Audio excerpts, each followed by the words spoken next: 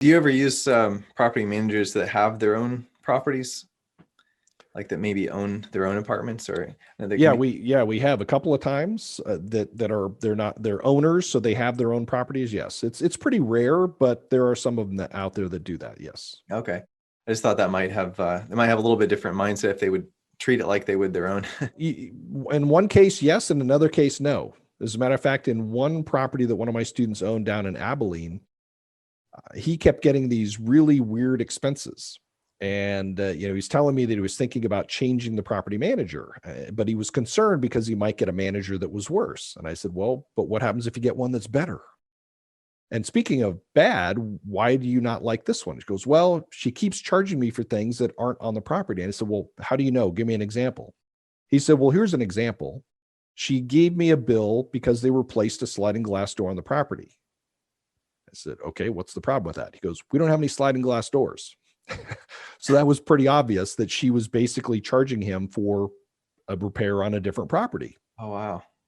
Well, he didn't find this out until he fired her because he was trying to get her to, he wanted to expand in Abilene. So he wanted her to go out and find out, tell him who the owners were of these other surrounding apartment buildings because he wanted to start making them offers. And she came back at one point and said, oh, yeah, well, either she couldn't figure out who owned it or she contacted them. They weren't interested in selling. He's like, okay, that's fine. Well, then finally 2 years in, he gets upset with her, gets rid of her, brings in somebody new, goes to the new manager.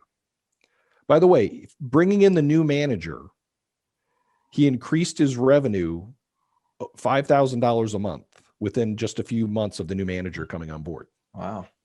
That's how much a good manager will actually save you. As a matter of fact, about 2 years ago, he had bought another new property down in Abilene, and he was so happy with her performance that he actually gifted her 3% ownership in the property to thank her for helping him find properties, plus doing a great job managing the properties.